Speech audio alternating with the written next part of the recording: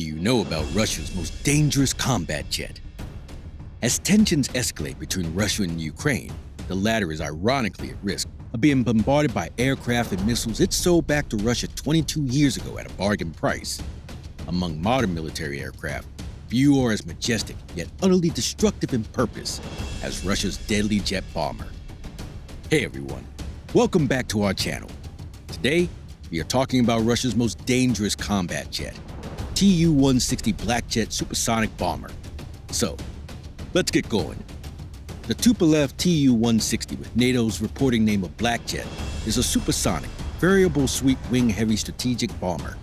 This aircraft was designed by the Tupolev Design Bureau in the Soviet Union in the 1970s. It is the greatest Mach 2 plus supersonic military aircraft ever built, and second to the experimental XB-70 Valkyrie in overall length. As of 2021, the Tupolev Tu-160 is the fastest bomber in use and the largest and heaviest variable sweep-wing airplane ever flown. This aircraft is specifically designed to destroy targets in remote geographic areas and deep in the rear continental theaters of operation. It is the world's heaviest combat aircraft, with the biggest gross takeoff weight among bombers, as well as the world's largest supersonic and veritable geometry wing aircraft in military aviation history. Uniquely, this aircraft was unofficially dubbed White Swan because of its power and grace. Anyway, another question that might arise is why then this aircraft was named White Swan. The reason is that the entire plane is coated in a brilliantly white reflective coating that functions as a crew protection. The Tu-160 can carry a nuclear payload, which, obviously, creates an enormous bright fireball. The thermal energy of nuclear explosions is enormous, and by reflecting some of that thermal energy, the crew is at least theoretically more protected than they would be otherwise. Moreover, let's take a look at the specifications and the design of this aircraft. With the length of 54.1 meter and wingspan of 55.7 meter, the Tu-160 can carry 4 crews.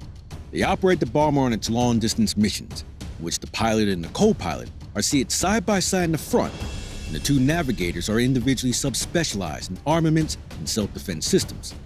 Additionally, this aircraft has a maximum speed of Mach 2.05 with the range of 12,300 kilometers. If we make a comparison, the Tu-160 was substantially larger and had a 70% faster maximum speed than the US supersonic B-1B Lancer bomber, which it resembled in some ways.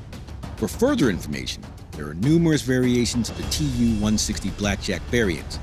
It has variants of the Tu-160V, Tu-160S, Tu-160 NK-74, Tu-160P, Tu-160M, Tu-160PP, Tu-160R, and Tu-160SK.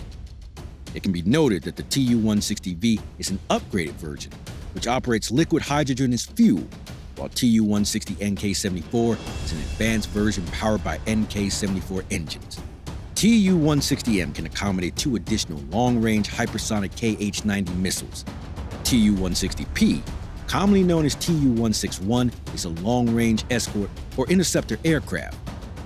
Additionally, the Tu-160SK is an enhanced commercial variant of the Tu-160 that is primarily utilized to launch Burlac satellites. Regarding its design, the bomber's airframe has a distinctive appearance, with the wing and fuselage gradually combining into a single-piece configuration. The airframe structure is built with a titanium beam and an all-welded Torsion box. Throughout the complete airframe, all the main airframe members are secured to the titanium beam. Also, the Tu-160 uses fly-by-wire controls. It is also equipped with a 3-strut landing gear, a tail wing, and a braking parachute.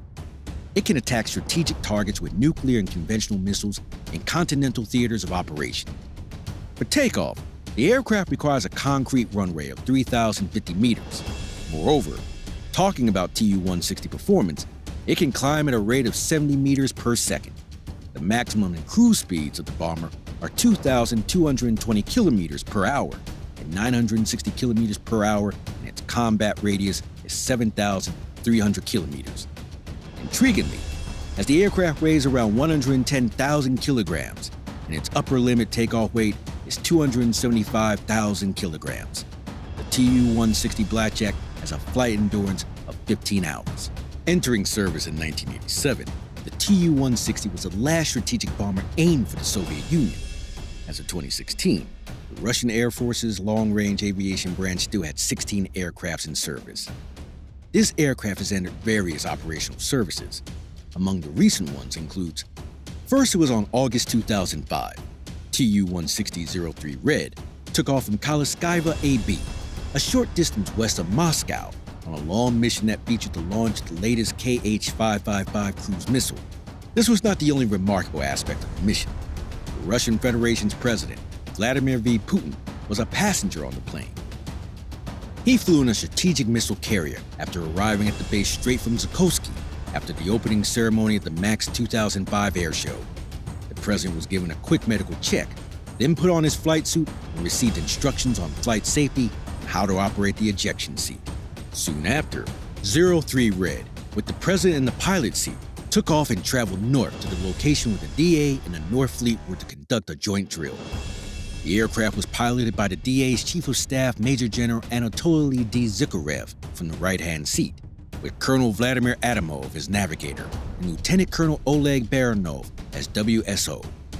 Second, it was on 17 November 2015. It was part of the Russian military intervention in the Syrian civil war.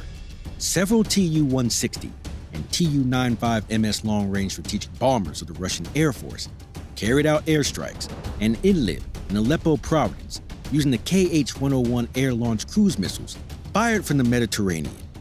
It was the Tu-160's first visit to the African continent. Followed by the event on 19 September 2020, two Tu-160s set a world record for the range and duration of a non-stop flight for aircraft of this class. The pilots were in the air for more than 25 hours, covering over 20,000 kilometers. The flight took place in airspace over the neutral waters of the central part of the Arctic and Pacific Ocean, and the Kara, Laptev, East Siberian, Chukchev, and Barents Seas. The final question asks, what actually is a big plan for the new development of this aircraft? Well, it was disclosed in 2015 that Russia's defense industry plans to modernize Tu-160 with the coming Tu-160M revision. The new variant was trialed in the late 2010s and undertook its maiden flight in 2020, suggesting that the Tu-160M is nearing service readiness. The new fighter jet largely retains its predecessor's design.